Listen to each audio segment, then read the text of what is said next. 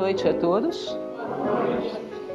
Hoje nós vamos dar continuidade, então, começamos na semana passada, alguns já estavam aqui com a gente. Eu expliquei para vocês que toda semana teremos um capítulo do livro Em Busca da Sabedoria, memória, Em Busca da Sabedoria, de um autor chamado Nilakanta Srihan, e faz parte de um projeto meu, de passar os livros mais belos que eu li na vida, capítulo por capítulo. Como eu explicava, fiz isso com Khalil Gibran. Khalil Gibran foram 26 palestras. Se vocês gostam muito de Khalil Gibran, vai ter muito que se divertir. Elas já existem no YouTube, existem também em vídeo. E nós vamos fazer também esse livro. Hoje estamos no capítulo 8, ele vai até o capítulo 15. Vamos ver cada uma das unidades. É um autor que não é tão conhecido quanto Gibran, evidentemente, mas brilhante. Eu tenho certeza que vocês vão gostar muito de conhecer esse livro e tem tudo para se tornar uma obra de cabeceira de vocês. Então, Em Busca da Sabedoria é uma das muitas obras de Srihan que vale a pena ser lida. Nós hoje vamos falar, então, eu mantive fiel ao que está escrito no livro, a tradução é um pouco meio espanholada, né? Essa palavra não se usa muito em português, que é o eu cambiante, o eu em transformação, sua evolução. A ideia, como sempre falo para vocês, gosto de colocar uma síntese logo no início e dizer o que é que esse capítulo tem como ideia principal, hábito de técnica de estudo. Esse capítulo tem, sobretudo, a ideia da transformação externa que vai acontecer se você não fizer nada. Vai acontecer. Vai passar do bebê recém-nascido, que cresce fantasticamente, vira uma criança, aí vira um pré-adolescente, um adolescente, um jovem, um adulto, um ancião, e o inevitável fim da vida biológica, que é a morte. Então, isso vai acontecer. Isso é uma programação biológica que a gente não precisa se esforçar.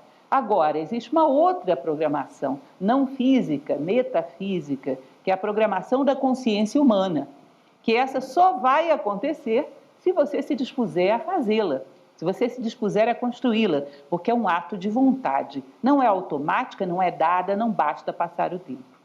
Então, nós falávamos um pouco sobre isso, inclusive na última palestra, que as pessoas, às vezes, conhecemos há 30, 40 anos, mudaram fisicamente, mas internamente são exatamente as mesmas pessoas, com as mesmas limitações, com as mesmas tendências, ou seja, esse tempo interno que depende da vontade, a consciência humana que depende da vontade para florescer, não acontece. Existe um poeta, inclusive, que diz que a primavera humana não é cíclica, ela ocorre sempre que a vontade humana atua, ou seja, ela não volta automaticamente só porque o tempo girou. A primavera humana, ela desperta quando o ser humano é digno dela, ou seja, quando ele faz florescer a sua consciência, que é o símbolo oriental do lótus branco, por exemplo. A consciência humana que floresce independente do meio, como um ato de vontade.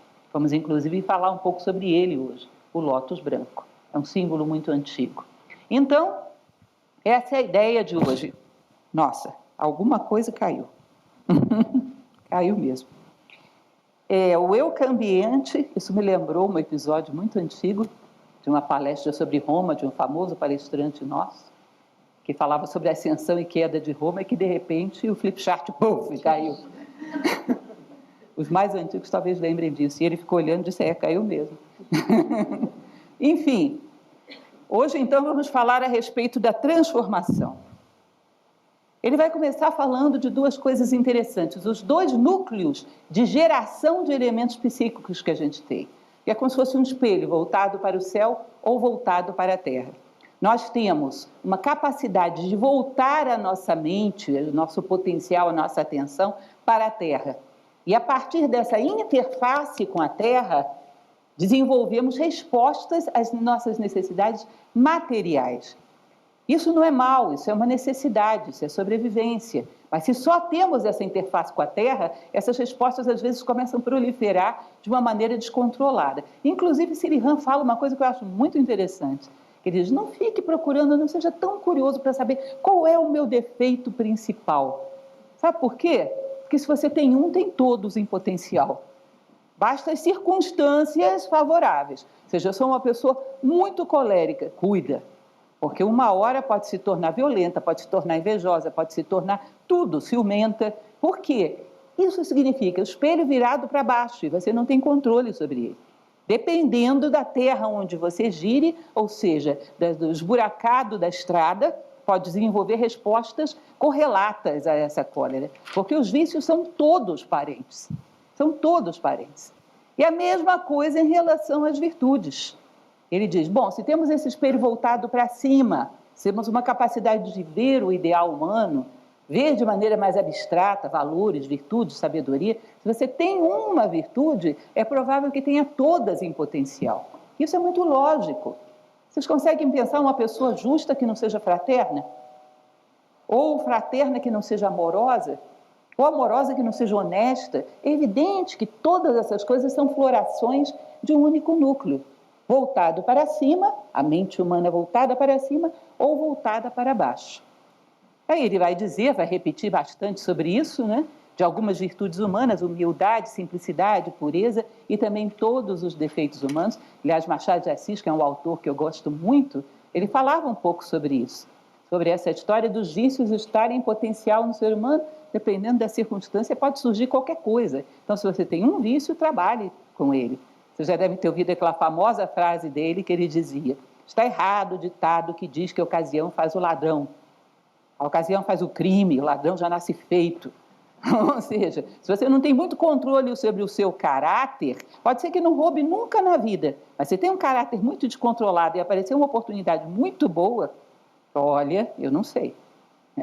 Portanto, cuide de construir a si próprio como um ser humano que tenha o maior autocontrole, maior autoconhecimento e autodomínio. Conhece-te e domina-te a ti mesmo, porque senão, dependendo da circunstância, ninguém sabe o que pode surgir. Se já tiver essa sensação de insegurança, deveríamos ter, é bom. De repente você olha uma pessoa que faz uma coisa muito negativa, você poderia garantir para si próprio, eu nunca faria. Como minha avó dizia, dessa água eu não beberei, não diga uma besteira dessa, meu filho. Ou seja, nunca se sabe, não é isso? Então o descontrole ramifica para muitas coisas. E o controle, essa verticalização do ser humano, também ramifica para muitas coisas. Uma virtude traz as outras todas como potencial. Aí ele vai falar a respeito de como é essa história da mente virada para baixo ou virada para cima.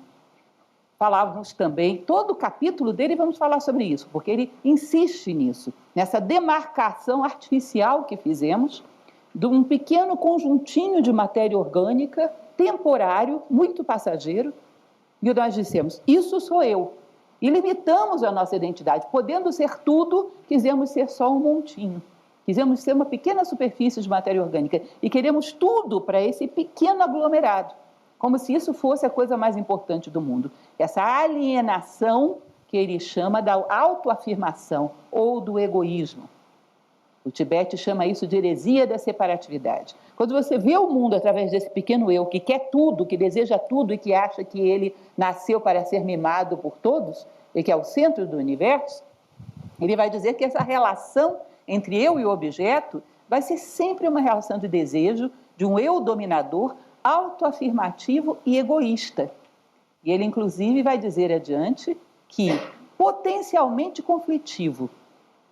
Ou seja, uma pessoa muito egoísta. Nesse exato momento, ela não está em conflito com ninguém. Espera 5 minutos, 10, 15 como máximo de tolerância e você já vai ver ela atritando com alguma coisa.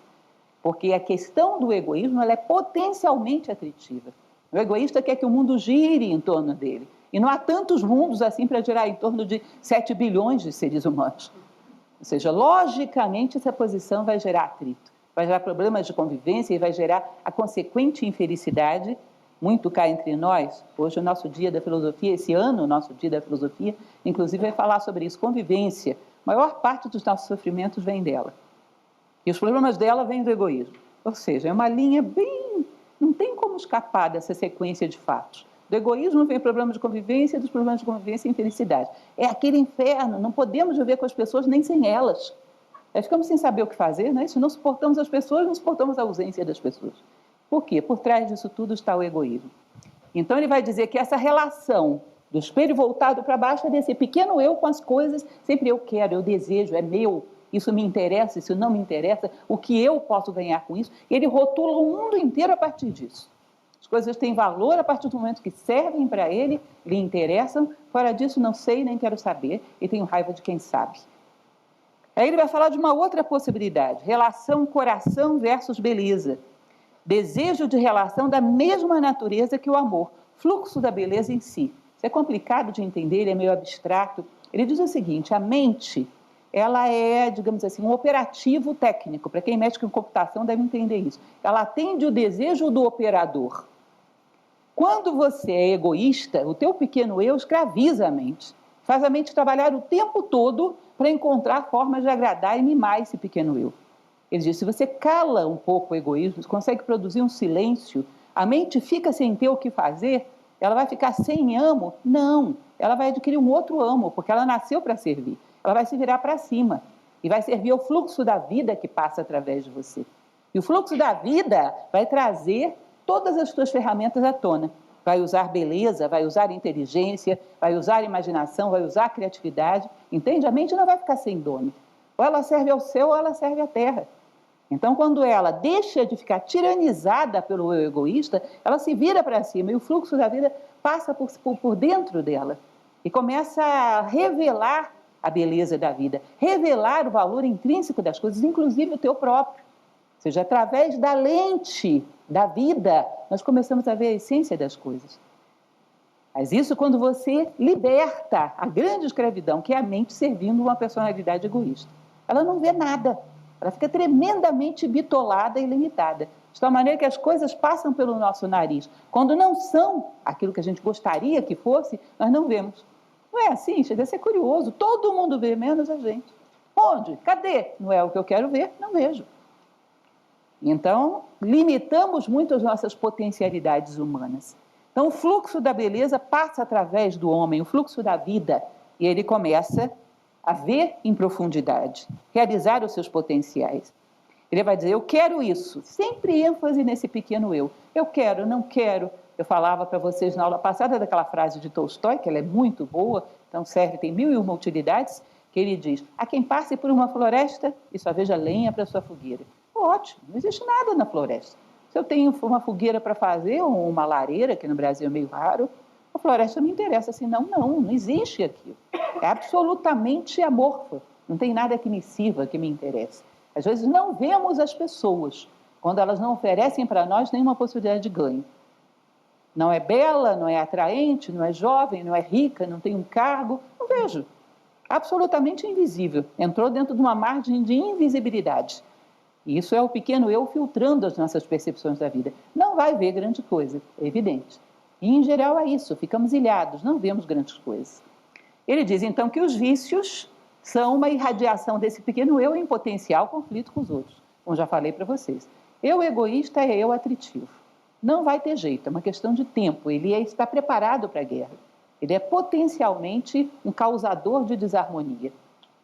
Enquanto que as virtudes fazem com que, através da nossa essência, possamos, como se fosse um foco, uma lente. Você vê através da sua essência e você se comunica com a essência de todas as coisas, revela, traz à tona. E nós temos essa possibilidade. E é interessante que eu sempre repito, Sirihan, ele fala dessa possibilidade presente agora, e a necessidade de detectarmos quando foi que fizemos isso, para que possamos colocar mais energia nesses pontos de vida real, de vida humana. Porque isso não é uma coisa que vamos conquistar, você já fez isso em algum momento. Porque nenhum animal fica admirado de boca aberta diante da Pietà ou do Moisés de Michelangelo. Você tem senso estético, nem vai às lágrimas diante de um ato de honra de alguém. Você tem senso ético, ou seja, já passou através do teu coração esse fluxo de vida e potencializou o teu eu humano. Já fez, porque senão não estaria em palestras de filosofia, isso não tem nenhum sentido. Não é uma questão de, digamos assim, informação ou cultura, é uma questão de sede interna, de necessidade de entender o sentido da vida mais profundamente, que não se impõe. Né? Então já temos isso e há que investir no desenvolvimento disso. A verdade vê as coisas como são, em aparência e essência, sem visão viciada. Emana do ser e todas as virtudes são suas expressões. Então é como se você imaginasse um fotógrafo que começa a fotografar as coisas e à medida que ele vai fotografando, isso é evidente, pela prática, vai adquirindo habilidades. Anos a fio tirando fotos, daqui a pouco um grande fotógrafo. Sabe operar bem a máquina, sabe qual é o modelo melhor, sabe dar foco, sabe a iluminação correta. Quando nós usamos o nosso ser, vamos depurando as ferramentas do ser. Daqui a pouco você é criativo, daqui a pouco você é inteligente, daqui a pouco é imaginativo, daqui a pouco é engenhoso, daqui a pouco é hábil, daqui a pouco é diplomático, daqui a pouco é amoroso, e 1 milhão de coisas que são as, digamos assim, capacidades técnicas desse aparelho que nos deram, ser humano. Eu gosto de fazer uma comparação que eu acho meio boba, mas vocês me desculpem. As comparações bobas são as melhores porque a gente não esquece. Você pega um liquidificador daquele da Arno, mais simplesinho que tem no mercado. Só tem 2 velocidades, clique, clique. Aí você abre a caixa, vem um manual em 5 línguas para te ensinar a fazer clique, clique. Não é engraçado isso? E o ser humano, que tem tantas aplicações e tantos botõezinhos, ninguém nos ensina. Como é que desenvolve autodomínio? Domínio, por exemplo, das minhas emoções. Tem coisa mais sofrida do que você não controlar as suas emoções? Onde que nos ensinam isso? É como se isso fosse uma coisa que nos escraviza e que somos totalmente impotentes, e não somos. Poderíamos aprender a regular esse botão. O pensamento, para sermos mais concentrados, ou seja, a partir do momento que nós temos foco, nós começamos a aprender a usar as ferramentas da vida. E através dessas ferramentas, penetrar mais profundamente na vida, inclusive modificá-la. Tornar-se aliado da vida, na função de construir a si próprio, construir outros seres humanos, construir o mundo à tua volta. Agregar valor, quando você focaliza a partir da tua verdadeira identidade. Então, a verdade que existe em nós, esse foco penetra nas coisas, e as coisas deixam de ser nosso espelho.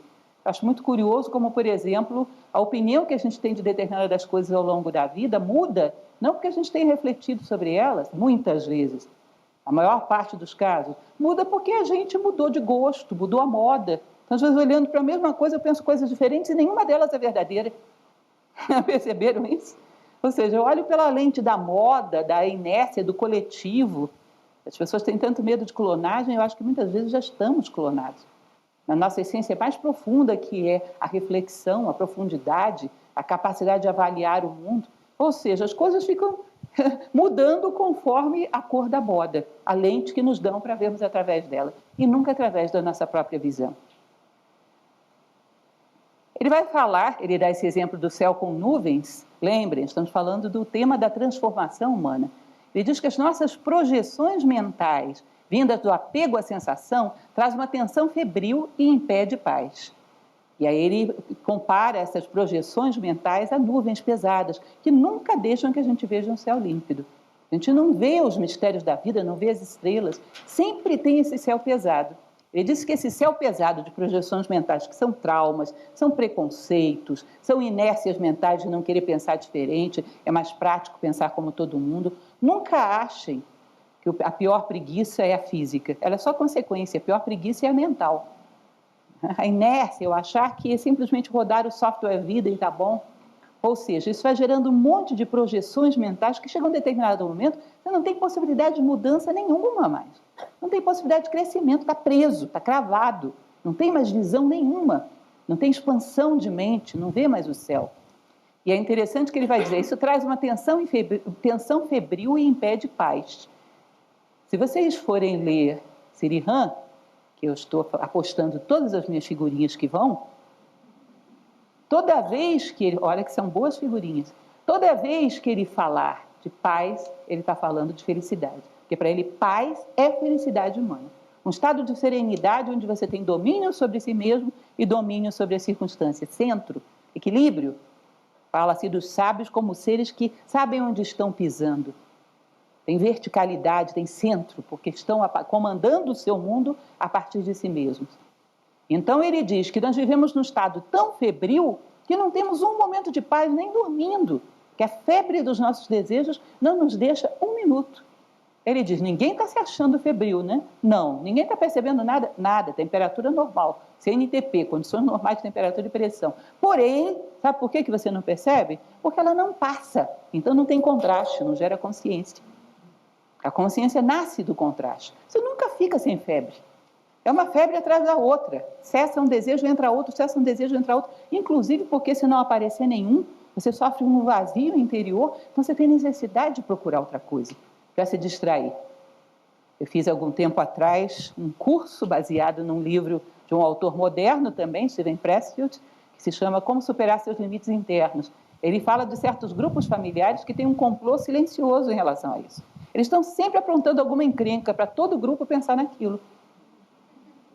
Porque senão é um tédio. Então, quando termina uma confusão, a neta arrumou um namorado meio esquisito, o primo tem que bater o carro, o tio tem que fazer não sei o quê. Isso é quase que um acordo para que se revezem as alternativas de atenção do grupo, porque ninguém pode parar. O que vai se fazer se parar? Então tem um acordo tácito para gerar esses entretenimentos que distraem a atenção. Isso é a febre. A febre necessita de apelos externos. Às vezes é um vício, às vezes é uma alienação, às vezes é um consumismo, às vezes é uma tendência crítica. Tem que ter um apelo externo para que você não caia nesse vazio de saber que você não sabe o que está fazendo aqui. O que é exatamente que eu vim fazer aqui? Então, para não fazer essa trágica pergunta, que a maioria ficaria constrangido de não encontrar resposta, se distrai em conjunto, com vários distrativos. Busca prazer através dos seres e coisas e os descarta depois.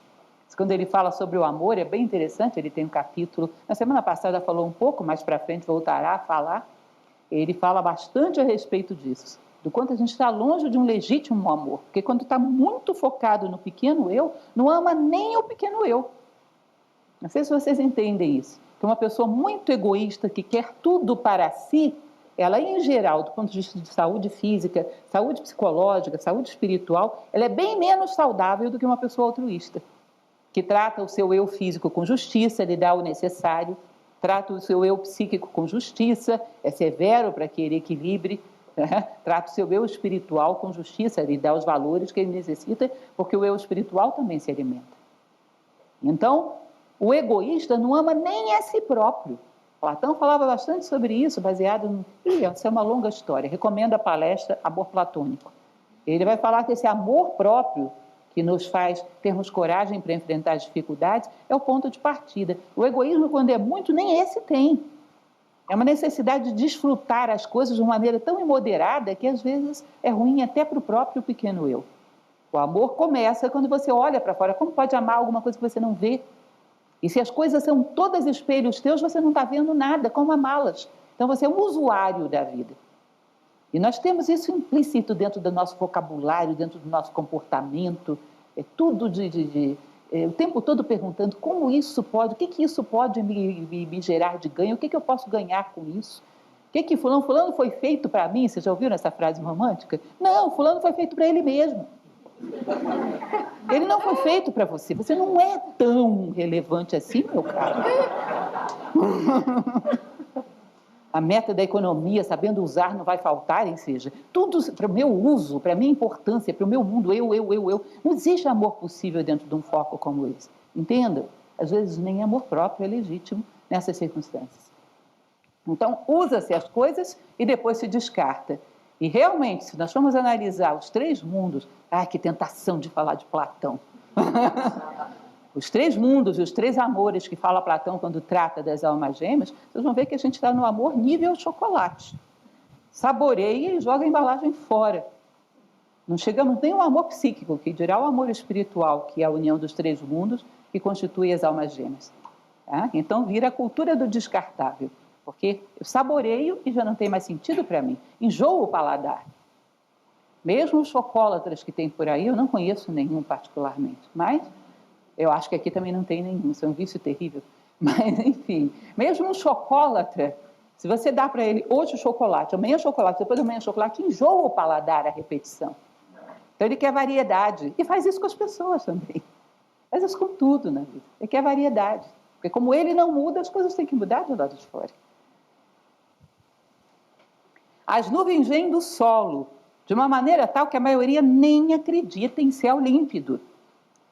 Isso é interessante, já comentei já em várias palestras, quem já assistiu alguma palestra minha, que uma vez, muito tempo atrás, muitas décadas, quando eu fazia uma das minhas primeiras palestras, falava sobre as virtudes do ser humano, alguma coisa desse tipo, que ao final uma pessoa me disse, olha, não é possível um ser humano ter todas essas virtudes. Isso aí você deve ter lido alguma historinha, algum conto de fada, me aponta uma pessoa hoje que seja assim. E a história mente, as pessoas do passado não eram assim, isso inventaram os historiadores. O ser humano não suporta, a psique humana não suporta tantas virtudes. Eu falei, gente, Não é que Platão tinha razão, porque ele dizia isso. Que quando nós não cultivamos a memória dos grandes homens, o homem deixa de acreditar em si mesmo e acha que o seu teto de possibilidades é esse aqui.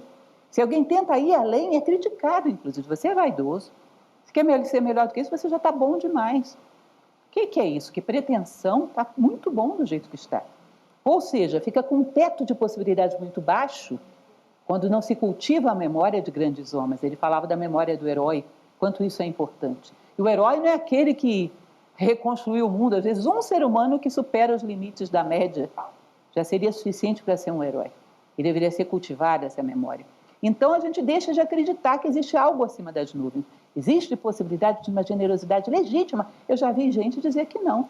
Eu já vi pessoas dizerem que o amor é uma grande mentira. No fundo, é um adoçante para os instintos. Eu já ouvi essa expressão. E dentro de sala de aula, para vocês terem um pouco de compaixão de mim. Tá? O amor é um adoçante dos instintos. Não existe, é tudo uma grande ficção. É materialismo histórico, tudo é chantilly do bolo. Isso não existe. Ou seja, o ser humano não acredita que haja céu além das nuvens, porque não vê. É uma vida inteira sem ver. Nem em si próprio, nem dos demais, então ele limita o seu teto de possibilidades. Duvida que exista algo além do teto. Isso é terrível, porque acreditando muito já é difícil você ver o céu. Se você não acredita, não vai ver de jeito nenhum. É um ato de vontade. Satisfação passageira ou insatisfação descem em lágrimas de frustração e autopiedade. Ele tem toda a razão e o Prestes também falava sobre isso. Uma pessoa que vive em função de desejos egoístas.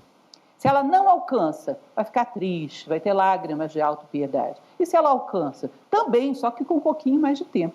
Um pouquinho assim, porque rápido enjoa. E percebe que não era bem aquilo, era outra coisa.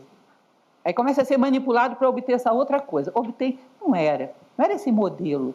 Era um pouquinho mais. Porque não existe nada de material que possa preencher a frustração que existe dentro do ser humano. Então, quando você tem, assim que você pega, é aquela velha história do cachorro correndo atrás do pneu. Vocês já viram que engraçado? Quando o carro para, ele não sabe o que fazer com o pneu. Porque eu desejava tanto isso. Acho que era engraçadíssimo. Somos nós quando obtemos coisas materiais. Queria, comprei. Bom, mas e agora? Carro novo, andei uma vez, 2 vezes, não tem graça. O que eu faço? Compro um mais novo. Viagem, vou 1, vou 2, vou 3 vezes, tem que ir para outro lugar. Daqui a pouco eu vejo que todos os lugares estão tão parecidinhos. O que eu faço agora? Eu teria que viajar para outro lugar, para dentro, porque senão vai ficar cada vez mais parecido. Porque em todo lugar o homem está mais ou menos alienado no mesmo drama do egoísmo. Essencialmente não tem nada tão diferente assim para ver, em lugar nenhum. Mais florzinha, menos florzinha, não é isso? Mais jardim, menos jardim. Mas no fundo, um ser humano egoísta. Não muito mais do que isso, principalmente para quem gosta de ver em profundidade. Então, atendendo ou não atendendo os seus desejos, termina frustrado. Vocês já ouviram falar de uma fofoca grega? Fofocas gregas são ótimas. Revistas de fofoca de 2.400 anos atrás, vocês devem ter ouvido falar que Platão era casado com uma mulher... Platão nem casou. Sócrates era casado com uma mulher chamada Xantipa. Já ouviram falar dessa figura? Xantipa era uma figura cômica, porque ela sempre aprontava escândalo no melhor dos diálogos de Sócrates. Ele estava lá falando sobre o ser, sobre a vida, sobre a alma, chegava Xantipa. Não tem comida em casa, as crianças estão passando fome, você fica aí falando dessa bobajada. Aí depois que ela gritava bastante, ela começava a chorar. Aí Sócrates costumava dizer, depois da tempestade sempre vem a chuva. É mais ou menos isso. Vivemos uma tempestade de desejo, depois vem a chuva. Autopiedade, falta de sentido de vida. A partir daí veio um outro episódio célebre, mas esse eu não vou contar para vocês, que foi quando perguntaram para Sócrates sobre o casamento. Vocês querem saber desse? Sim. Xenofonte, isso muito cá entre nós e o pessoal que vai assistir a palestra. Xenofonte, que era um discípulo de Sócrates, não gostava de Xantipa, não sei porquê, uma antipatia gratuita. Aí, um dia, ele chega para Sócrates e diz, Sócrates, pelo amor de Deus, você deveria aconselhar todos os seus discípulos a não casarem, isso é um inferno. Aí Sócrates teria respondido, dizem as más línguas da Grécia, que Sócrates teria respondido o seguinte, de todas as formas é bom que um homem se case. Se for uma boa esposa, ele será feliz. Se for uma má esposa, será filósofo, que é a melhor atitude que o ser humano pode ter na vida. Isso, se vocês não gostarem, falem com ele. Esse Sócrates era meio inconveniente. Não era politicamente correto. Mas, enfim. Atendendo ou não atendendo os desejos, termina em tempestade. Porque nenhuma das duas situações, aliás, às vezes não atender, gera uma ilusão mais prolongada. Se eu tivesse isso, eu seria feliz. E se você tem e não é? O que é que está faltando? Não sabemos. Não temos muito para onde correr. Nuvens são memórias com paixões, anseios, ressentimentos, etc. Ou seja, aflições psíquicas. Todas essas aflições psíquicas que só vão cada vez mais se tornando escuras, pesadas, cada vez mais vão nos enrijecendo, tirando esperança, tirando sonhos, tirando capacidade de construir alguma coisa em nós e no mundo. Ele diz, que horas que a gente vai se livrar disso? Aí ele vem com uma resposta terrível. Tem duas possibilidades. Primeira, quando você morrer, vai se livrar mesmo, queira ou não queira. Quando você morrer, meu caro, já era. Sabe por quê? Porque essas nuvens vêm do contato da tua psique com as circunstâncias. Não tem circunstâncias, não tem mais como alimentar as nuvens. Então, com a morte física, ele disse que essa consciência... Bom, Sirihan é um filósofo que acredita na ideia da imortalidade da alma. Aliás, ele acredita até mais, ele acredita na ideia da reencarnação. Não estou colocando isso como dogma, nem exigindo que ninguém aceite, mas ele trabalha com esse princípio. Então ele diz, quando morre, aquilo que alimenta essas aflições psíquicas, que são as circunstâncias, não tem mais circunstância. Você é obrigado a se virar para dentro. Então as nuvens vão dissipando, não tem nada para alimentá-las, acabou nuvem. Aí você necessariamente vai ver um céu, com aquela quantidade de estrelas que você, por mérito, tiver conquistado ver. Então eu tenho um pouco de justiça, um pouco de fraternidade, eu vi uma estrelinha ou outra e vou necessariamente me voltar para dentro. Não tem mais circunstância para me distrair. Vou necessariamente voltar para dentro e vou ver o máximo que eu, por mérito, conquistei ver. Aí ele cita um livro indiano muito bonito, chamado Bhagavad Gita, alguns devem conhecer, que diz que quando você esgota o mérito kármico, cai novamente. Quando cai e renasce como aquela criança flexível, criativa, espontânea, maravilhosa, ninguém diria, um ser que visse aquele ancião enrijecido, cheio de preconceito, cheio de mania, que ele, em essência, é essa mesma criança. O que aconteceu aí no meio do caminho? Ele vai falar um pouco sobre esse processo.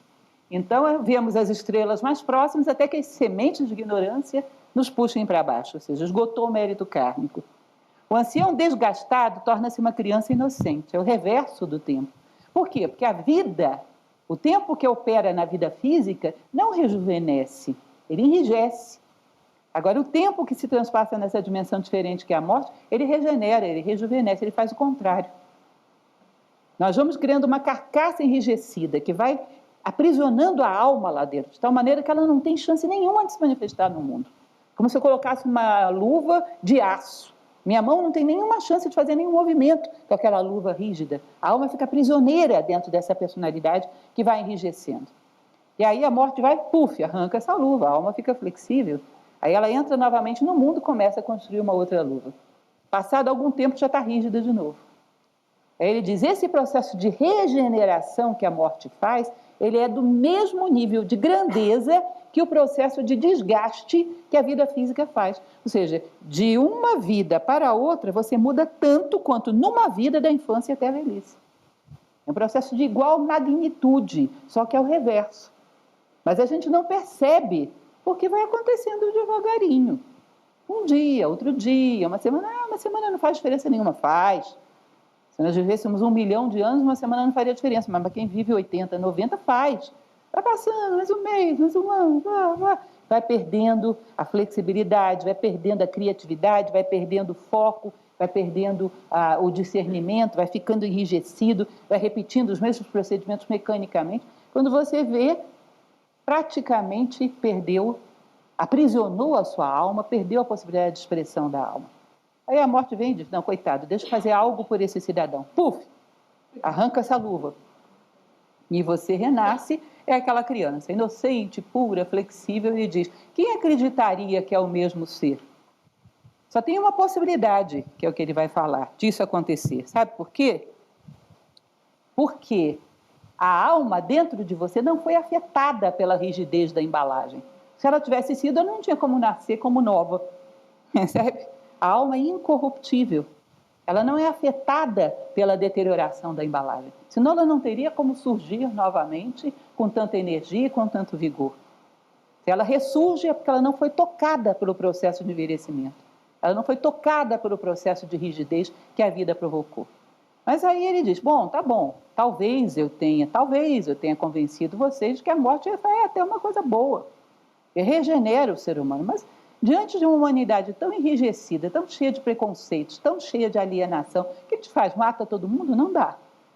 Nós temos que dar um jeito de resolver isso de outra forma. Aí é que ele vai vir com a grande dica da história toda, que é a possibilidade da gente fazer esse processo de regeneração que a morte faz durante a vida. E aí nós começamos a gerar o ciclo físico, cumpre o seu papel, e o ciclo metafísico também, por um ato de vontade. Eu vou manter a minha flexibilidade, eu vou manter a minha visão pura da vida, por quê? Porque eu quero, porque eu construo a mim mesmo por uma definição, por um ato de vontade. Aí ele vai dizer, esse negócio é sensacional, sabe por quê? Uma idade não substitui mais a outra, elas começam a somar as suas virtudes. Você não perde nada. A vida não é um processo que uma idade vai substituindo a outra, elas vão se somando. O potencial da infância com a da adolescência vão somando, e ao final você tem a culminação da obra-prima da vida, que é um ser humano completo. E dá para fazer isso. Isso é regeneração em vida. E de uma certa maneira é aprender a morrer. Ele diz, olha, você para de brigar com a morte quando você traz ela para perto e morre todos os dias. Todo dia morre uma limitação, morre um preconceito, morre um descontrole, morre um elemento que me magoa os demais. Todo dia morre alguma coisinha, pelo menos numa pequena situação, uma pequena aplicação.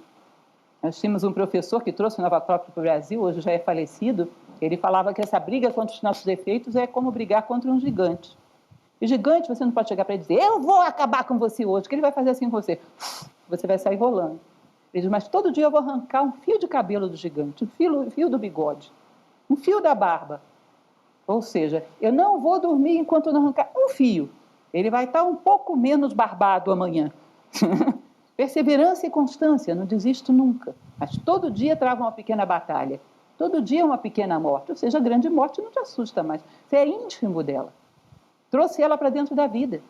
E com isso você vai se regenerando, vai se purificando. Lá para frente ele vai falar isso, que é uma coisa muito bonita, que é o grande segredo da vida que ensinava Siddhartha Gautama, o Buda. Pureza é poder. Vai arrancando um defeito todo dia, um pequeno fio de barba dele. Todos os dias vai morrendo um pouquinho e alguma coisa nova vai nascendo no lugar, vai abrindo espaço. Então não tem mais medo da morte. Você aprendeu o segredo da morte, regeneração, durante a vida. Não é interessante? Para o homem interno e externo, a morte tem significados opostos. Ou seja, o homem externo, ciclo biológico, não tem como mexer nisso, é uma programação da natureza. Mas para o homem interno, ciclo metafísico, a regeneração, a construção de si próprio por um ato de vontade. Aí ele vai dizer, a alma tem frescor e beleza que a morte libera e revela. Ou seja, ela tirou a casca, ela tirou a luva, a mão ficou flexível de novo. Mas por quê? A mão nunca deixou de ser flexível, lá dentro da luva. A alma nunca foi corrompida, não pode ser. Platão falava sobre isso num diálogo lindo chamado Fédon, que era Sócrates quase morrendo e dizendo, a morte não existe. Porque aquilo que corrói o ferro, por exemplo, que é a ferrugem, destrói o ferro. Aquilo que corrói o corpo, por exemplo, que é a doença, destrói o corpo.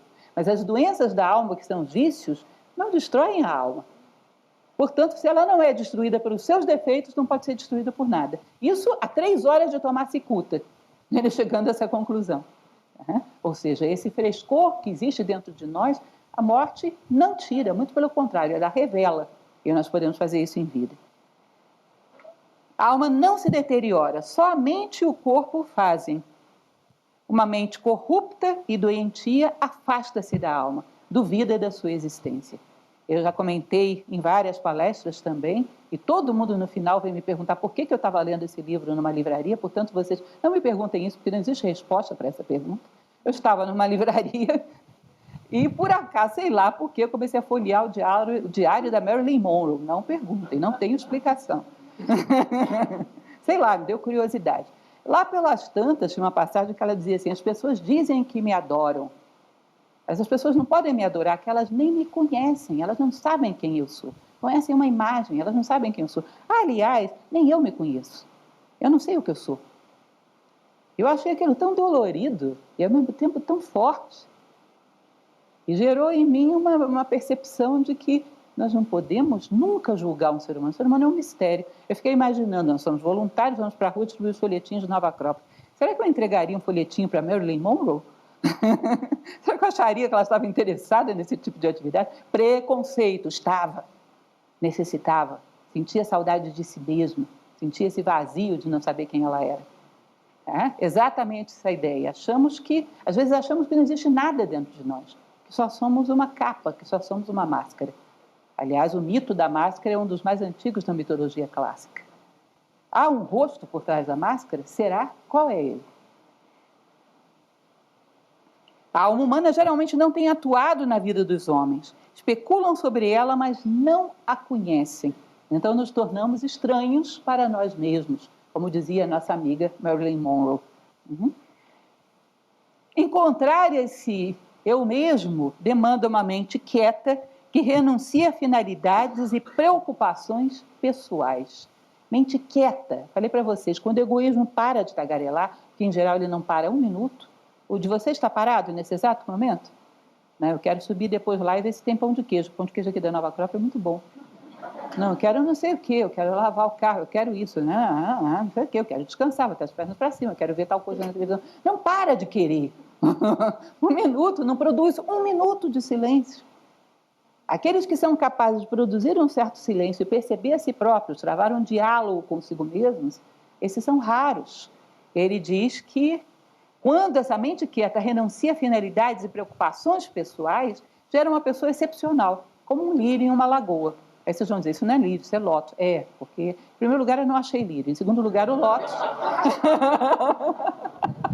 O Google não colaborou. E, em segundo lugar, o lótus é mais famoso. Lótus branco, que é o símbolo oriental da pureza, que nasce no meio de uma água putrefata, num pântano, e se eleva acima desse pântano e abre as suas pétalas totalmente brancas. Ou seja, ele não é produto do meio, ele é produto de si mesmo.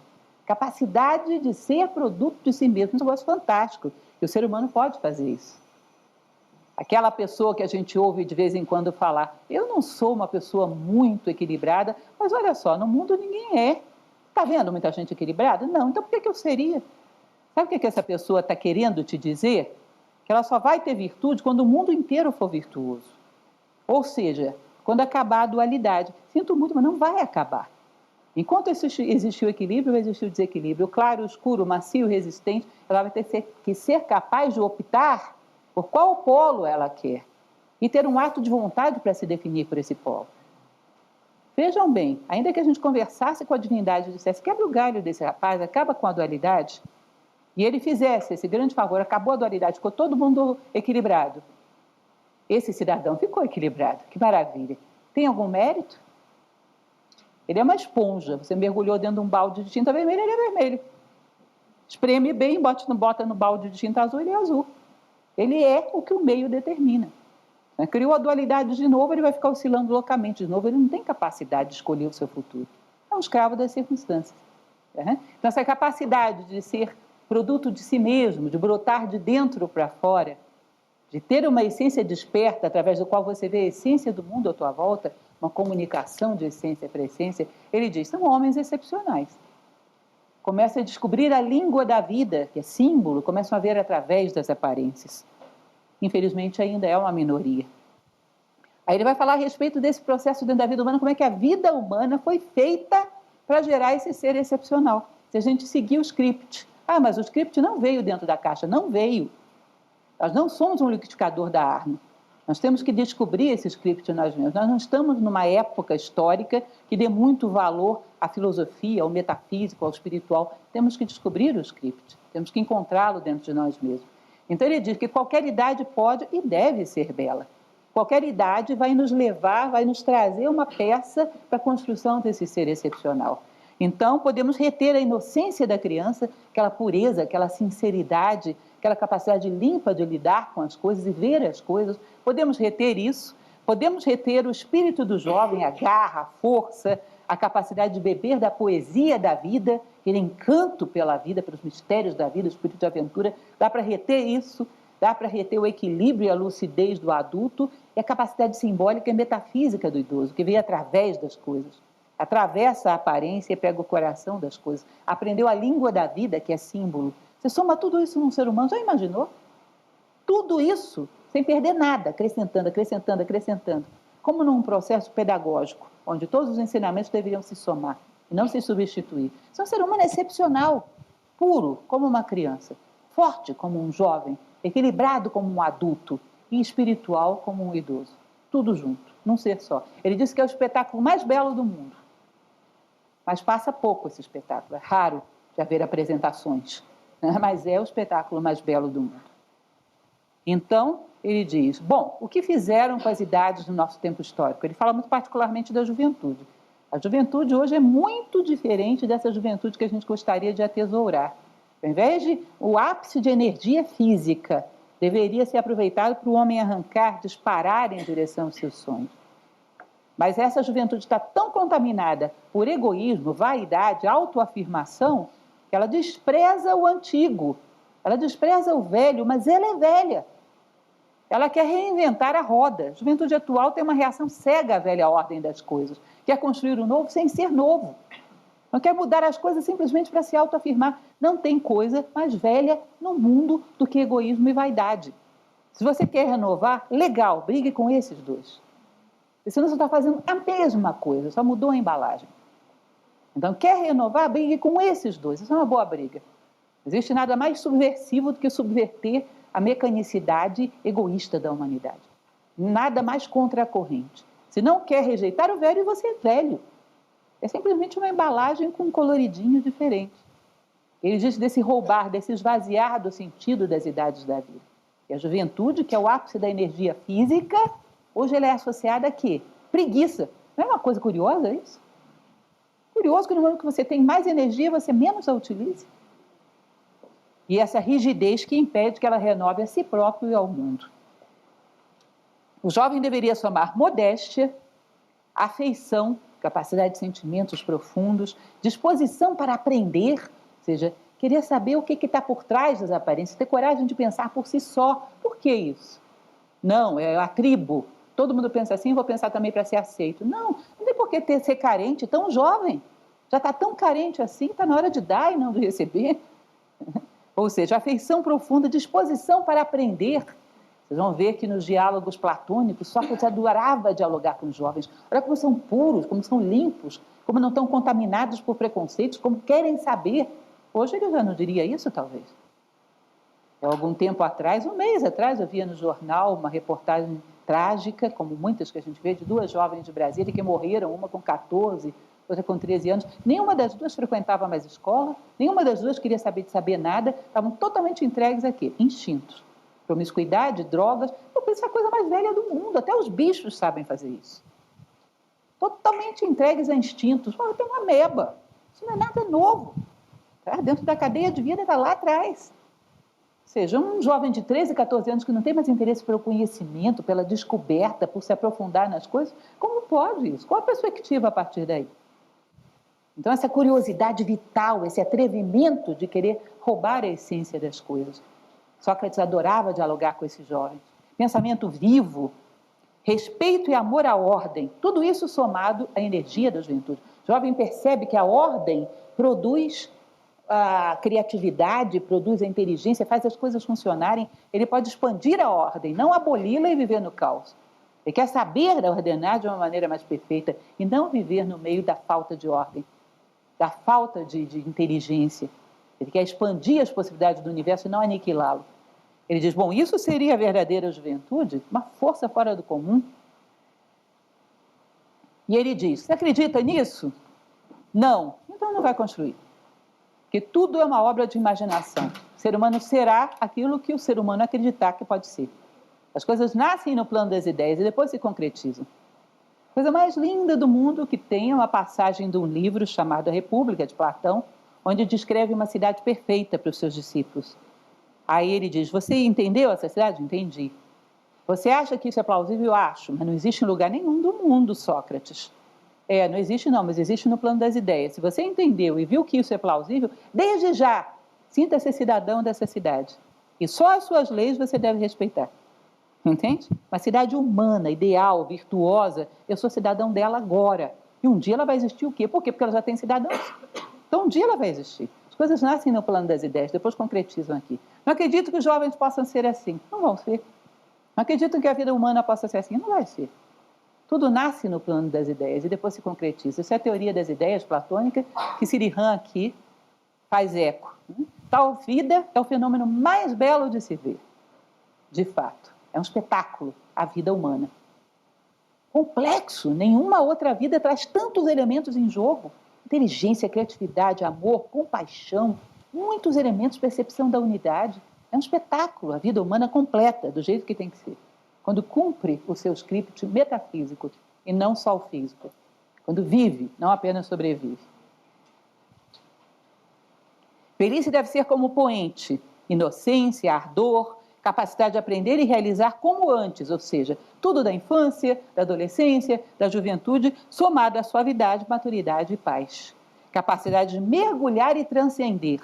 Então, você quer ver através de uma situação da sua vida? Pergunte a um ancião. Ele aprendeu a ver através das aparências. O que a vida está querendo te dizer? Ele fala a linguagem dos símbolos.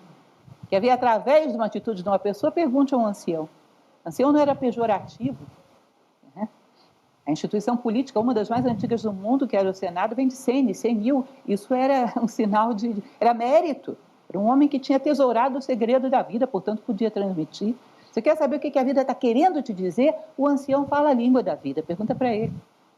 Ele vê através dos acontecimentos, te decodifica o coração da vida. Ele sabe ver, ele sabe prescrutar o coração dos seres, inclusive o dele mesmo.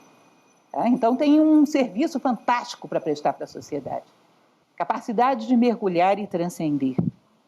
Formação psíquica convencional pode ser mudada. Atuar no mundo com paz e compreensão perfeitas, conscientes da insensatez à sua volta. Conscientes do que está, como diz a tradição oriental, no Dharma e fora. E com capacidade de revelar as coisas, mostrar, lançar luz sobre as coisas e mostrar o que elas podem ser. Porque se eu vejo o coração de alguém, talvez essa pessoa não veja. Eu posso revelar o coração dessa pessoa para ela mesma, ajudá-la a ver, mostrar o caminho. Eu vejo o desvio e vejo o caminho. Tenho contraste, tenho lucidez, tenho consciência. Ele vai dizer que a formação psíquica convencional pode ser mudada, que isso é uma coisa curiosa, parece óbvio. Mas no nosso mundo atual a gente não acredita que o ser humano pode mudar. Você tem um defeito, você acredita que você pode acabar completamente com ele? Eu tenho uma mania, eu tenho um vício, eu posso acabar completamente com ele, não acreditamos. Isso é o meu horóscopo.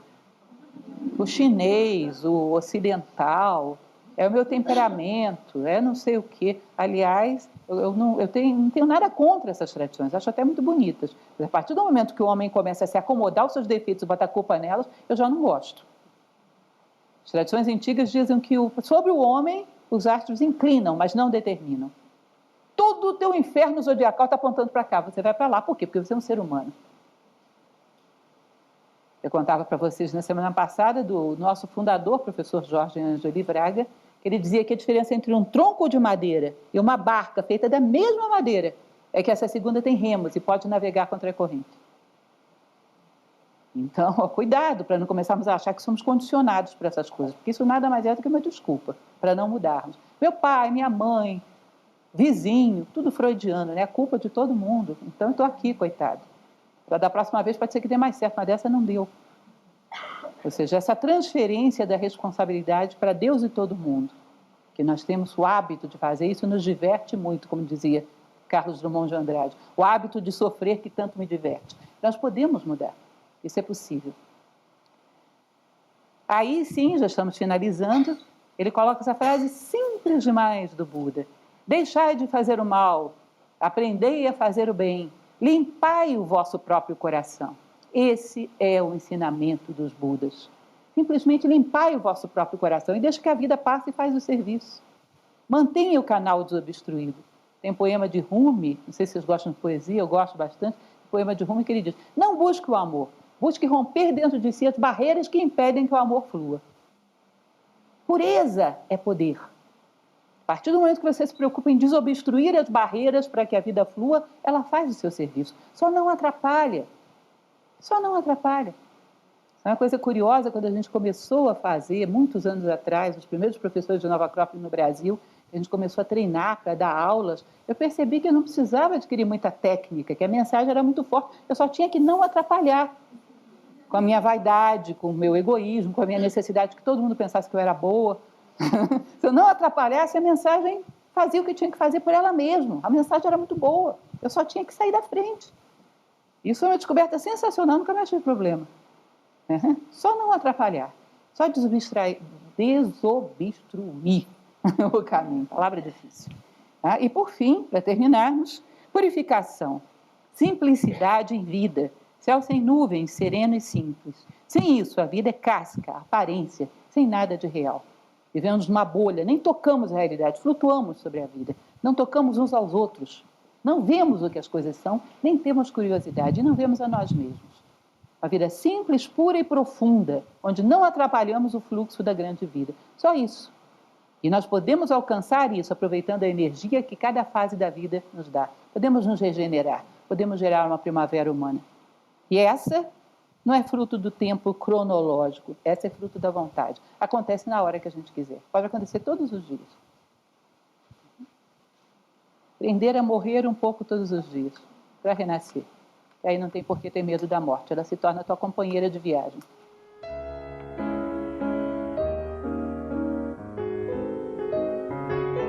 Que houve pessoas que estiveram ao lado de Sócrates, ao lado de Platão, ao lado de Aristóteles, não viram nada. Ou seja, o ser humano floresce na hora que ele quer florescer. Não é possível obrigar um ser humano de fora para dentro. Tá? Mas o que nós podemos fazer para que as pessoas floresçam? Floresce que você mostra para elas que é possível. Dá o exemplo, que é a forma mais profunda do ensinamento. Sempre, isso é até jargão, né? Ou seja, no menu de possibilidades dessa pessoa existe o florescer. Por quê? Porque você encarnou essa possibilidade. Agora, tem um elemento interno, que é um momento de cada um, que não pode ser forçado. É uma pena. Eu adoraria evoluir de patins, alguém rebocando. Mas não tem jeito. Esse esgotamento interno, esse clique de dizer, o que eu estou fazendo aqui? É aquele caso que eu falava para vocês na semana passada. Quando perguntaram para o Sócrates, você pode mudar uma pessoa falando 2 horas para ele? Aí ele falou, minha mãe era parteira, mas não poderia dar à luz a uma mulher que não estivesse grávida. Vocês têm que engravidar da sabedoria, tem que querer esgotar essa mera sobrevivência como sentido de vida. Se ainda não é o momento para isso, é que respeitar a experiência da pessoa e tentar ajudar para que ela não desvie nem se machuque tanto. Mas obrigar alguém a ter um sentido de vida metafísico, cada um tem o seu momento. E a melhor coisa que podemos fazer é dar exemplo de que isso é possível. Isso vai suscitar uma possibilidade a mais no menu de opções dessa pessoa.